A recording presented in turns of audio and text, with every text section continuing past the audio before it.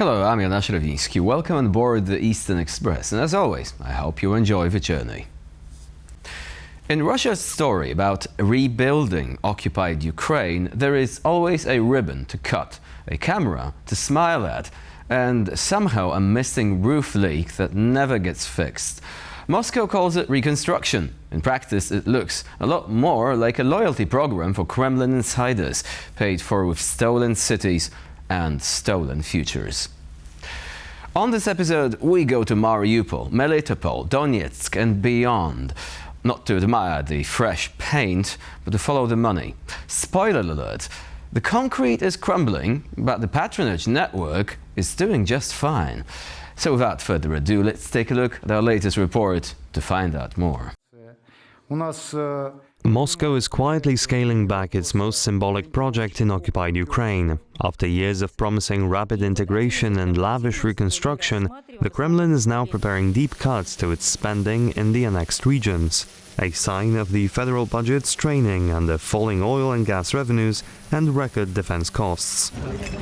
The biggest blow lands on infrastructure. Funds for the flagship program to rebuild Luhansk, Donetsk, Zaporizhia and Kherson will drop by nearly $300 million in 2026, close to 10%. Housing reconstruction alone loses more than $215 million, a 22% cut that strips money from repairs, utilities and residential blocks Russia once showcased as proof of its control.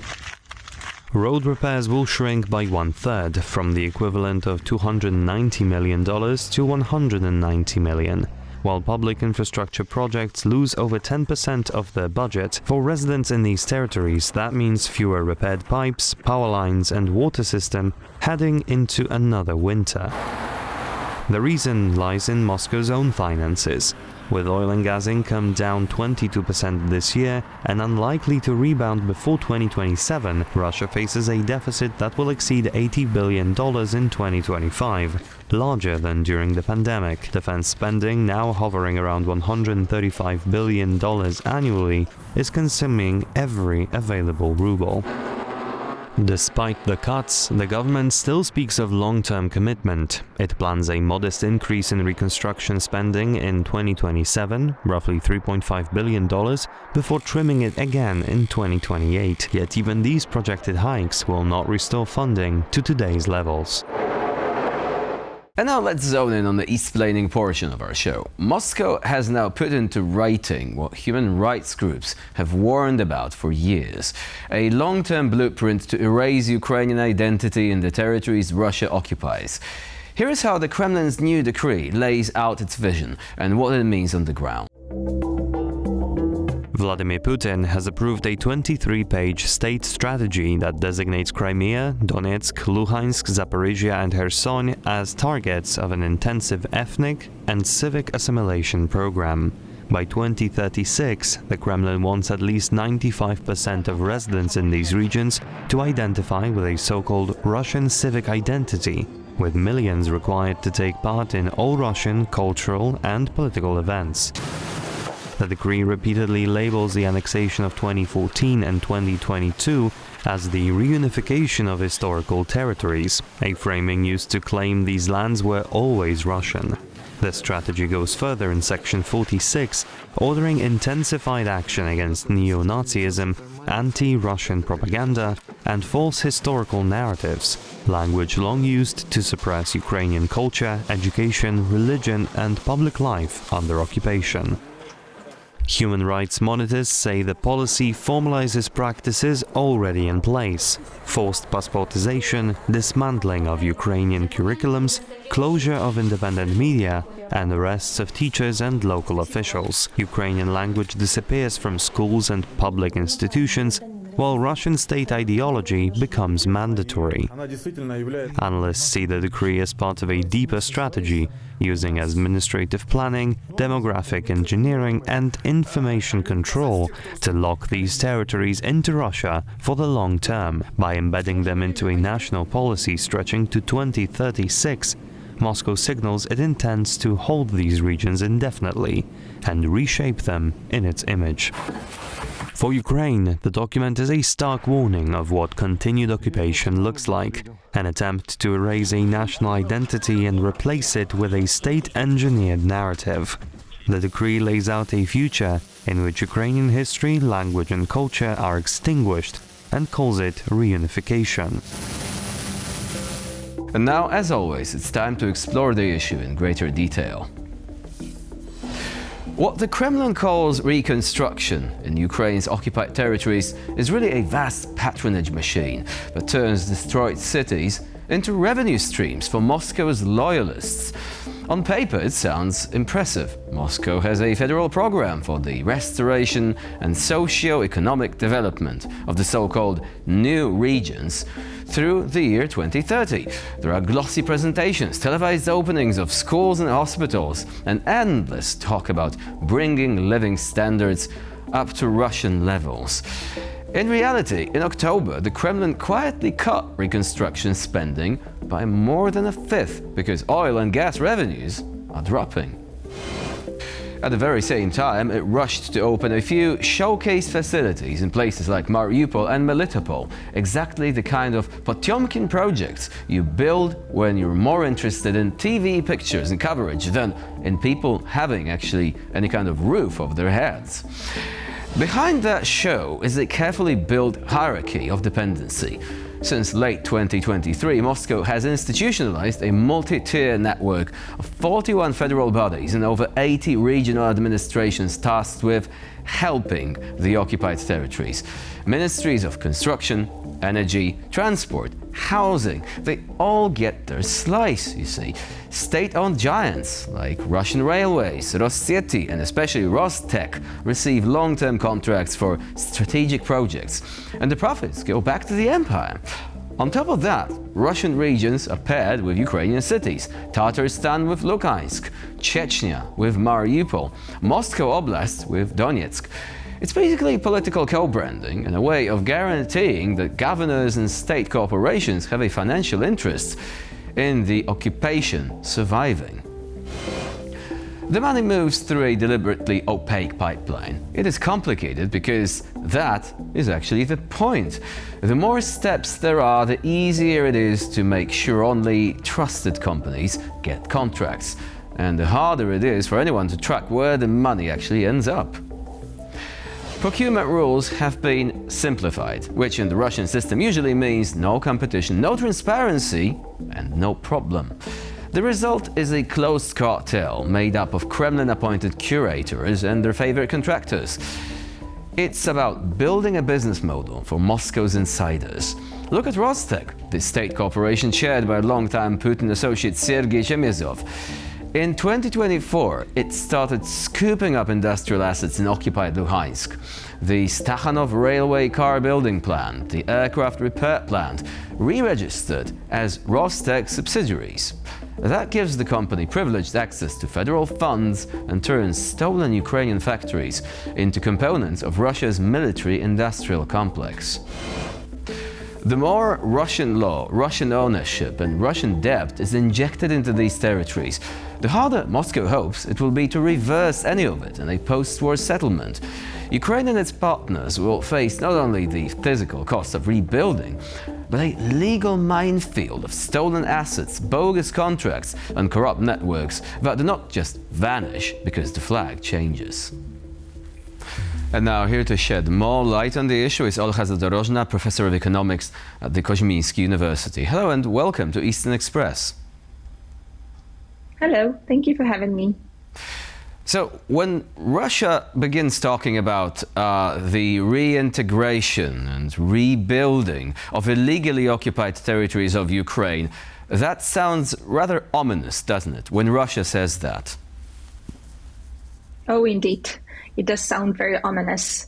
And basically what it means by that is the establishment of extractive institutions in the illegally occupied territories of Ukraine. And as we know from the economic theory, as we know from the research of Nobel laureates about the different types of institutions that the colonizer establishes in the country that it colonizes. The extractive institutions are of the worst kind because basically they prevent those territories from future development. Would you say, before we go into any details concerning the economic impact, that what Russia does, or what it wants to do by the year 2036, because this is the time frame, they want to complete that by 2036, is in fact, or could be, ethnic cleansing, but with a fancy name attached? Oh, yes, for sure. And we see that happening, and we have seen this happening starting from 2014 with the first occupation of Donbass, and then after the full-scale invasion, we see the mass mobilization of Ukrainian citizens on the occupied territories into the Russian army, which is the war crime that Russia commits. That's the first thing. The second thing is that it brings lots of Russian officials, and currently around 90% of all of the officials in the occupied territories are actually Russian nationals, like ethnically Russian, that came from Russia. These are the teachers, the police, these are the officials managing the cities and the occupational administrations. So basically, it means that there are now more ethnic Russians on the occupied Ukrainian territories than Ukrainians themselves. And the demographic situation there is just disastrous. Lots of people left the regions. The ones who stayed are basically people who cannot leave for probably some personal reasons and different reasons that people have. Mostly these are elderly population that needs also support, that needs vast subsidies, pensions, financial resources. And Russia is not providing that. Instead, it establishes the patronage system where Russian regions act as patrons of those occupied cities. And what it means basically is that they extract rents from the contracts meant to reconstruct those cities. But as we know from the media reports, this is not really happening, or if it's happening, these are the kinds of Potemkin villages that we remember from the Soviet times.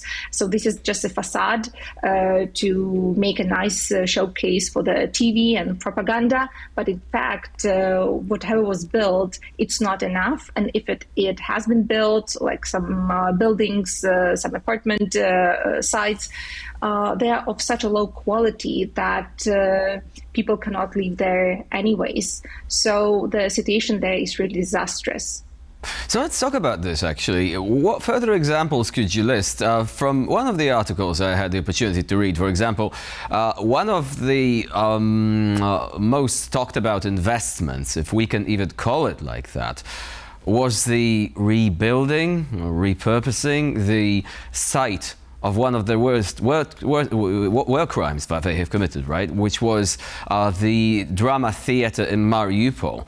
Upon the ashes of all those people who died there in the bombing, they have reconstructed that building. But apparently, even what they did, apart from the moral aspects of that, isn't really of any kind of quality that could be used for anything in the long run, right? And that's not an isolated example. Yeah.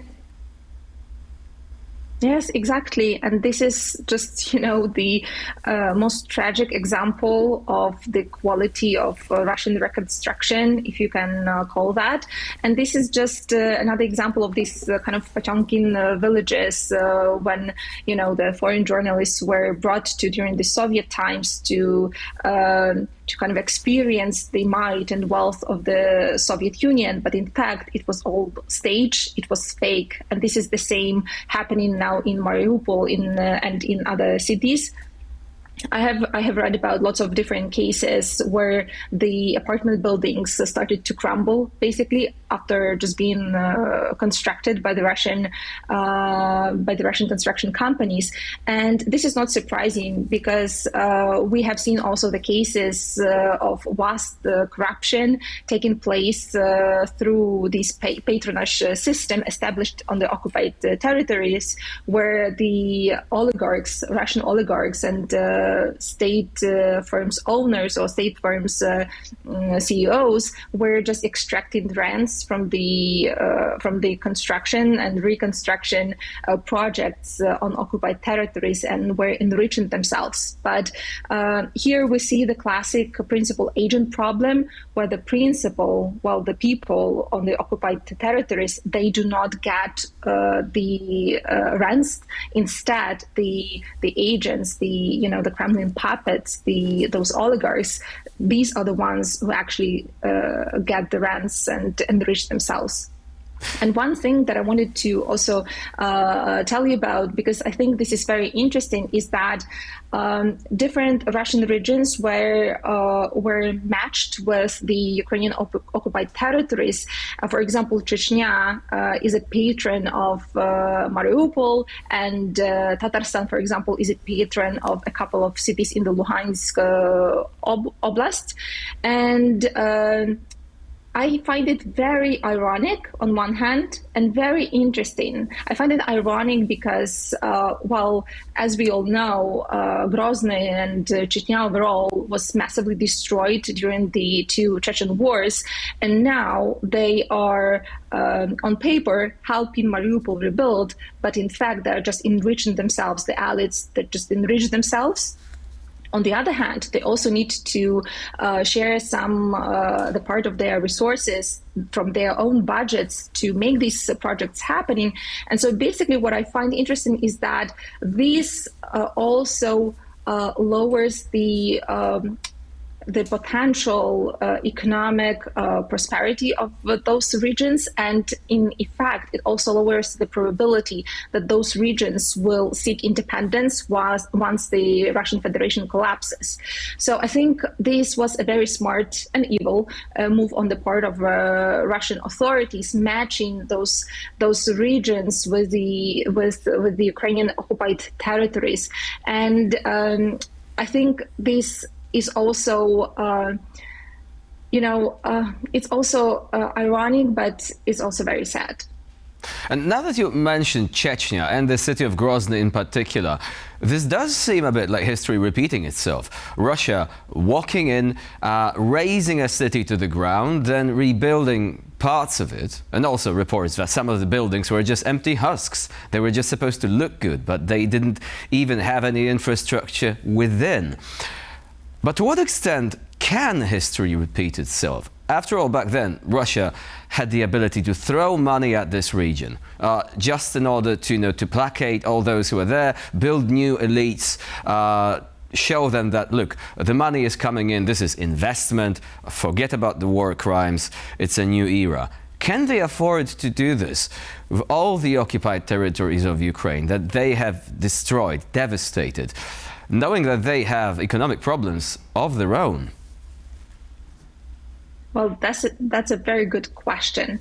And I don't think that history will repeat itself, because remember that after the Chechen wars, that was the time when Russia started to grow economically very steadily, and they were not under sanctions at the time, and so basically they had lots of money and they could afford to rebuild the region, Chechnya in particular. But now what we see is the reduction in the amount of money that is now spent from the federal budget on on the occupied territories of Ukraine. And so I don't think that the history will repeat itself in that sense.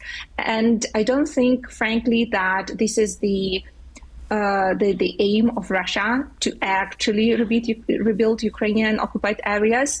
I think their aim is just to destroy them economically, in a demographic sense, to prevent any further any further possible growth in that regions. And we can also see that by the fact that they require all of the Ukrainian firms to register within Russia and obtain all of the permits and all of the official documents from the Russian Federation. So basically what we see is the looting on a mass scale. And this is probably the biggest transfer of assets that Europe has seen since the Second World War. And if any peace agreement is to be signed, it has to take this into account. Otherwise, we're just participating silently and agreeing to such a huge crime of aggression, being unpunished and profiting economically from that. So effectively, theft and expropriation on gargantuan proportions, coupled with embezzlement, which is a part of the system in Russia itself, which we should not forget. Olga Zadorozhna was our guest today here on TVP World. Thank you very much for joining us, and as always, for sharing your insight. Thank you very much for having me. It was a pleasure. And now we're moving on to Eastern News Flash, a curated selection of all the other stories from the East that you absolutely don't want to miss. NATO Secretary General Mark Rutte says US weapons deliveries for Ukraine remain on schedule, with the alliance expecting at least $17 billion in procurement through 2026. Rutte confirmed that the prioritized Ukraine requirements list program reached its $4 billion target for 2025 and is on track to add another $1 billion in December, bringing the total financing for deliveries from US stocks to $5 billion by year's end. He said NATO aims for $12 billion more in 2026, though continued funding depends on member states, with roughly two-thirds currently participating. Kiev's ambassador to NATO expects an additional €1 billion this year, as discussion with the alliance focus on strengthening Ukraine's air defense. Ukraine says it has recovered 1,859 children abducted by Russia, a fraction of the thousands kidnapped from occupied territories since 2022. Ukrainian First Lady Olena Zelenska announced the figure at a Paris meeting under the Bring Kids Back UA initiative, noting that more than 19,500 children are still listed as abducted and an estimated 1.6 million remain in occupied areas. Joined by France's Brigitte Macron and international partners, Zelenska said 42 countries now participate in the Coalition for Child Returns, stressing that psychological and social reintegration is essential once the children come home. And for this episode of Eastern Express, it's the end of the line. Please stay with us here on TVP World for more latest news and updates.